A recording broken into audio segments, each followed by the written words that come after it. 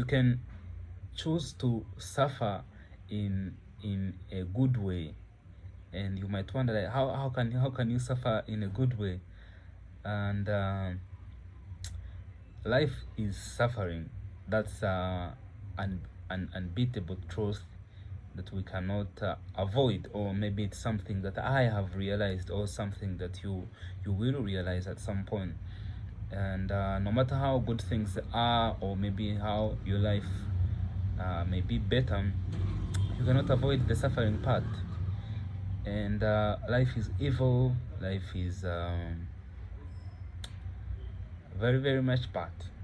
That is now if you choose to look at it in that way. Like, people die every day, people are sick, some people have cancer, people are murdered, there are people like who murder other people, many different kinds of things.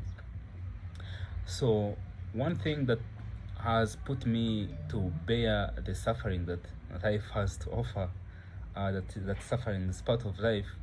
Just like we live and also die, that's the same thing. That as long as you're living, then you have to suffer in some way. And if you're trying to be the best version of yourself, there are ways where you can suffer, but in a good way. Maybe, for example, suffering when you're improving yourself, or suffering, let's say, when you're avoiding or when you're trying to stay away from an addiction. The urge that you get of wanting to get it, but then you know how bad it is to your health, so you suffer in trying to restrain yourself or from staying away from that habit.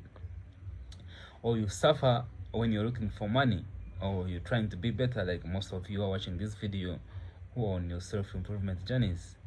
The sleepless nights, trying out different things here and there. If you're trying to be financially free, even if you're working a 9 to 5, working all those hours is still suffering, but you're suffering in a good way, where you know that you're going to get rewarded after suffering.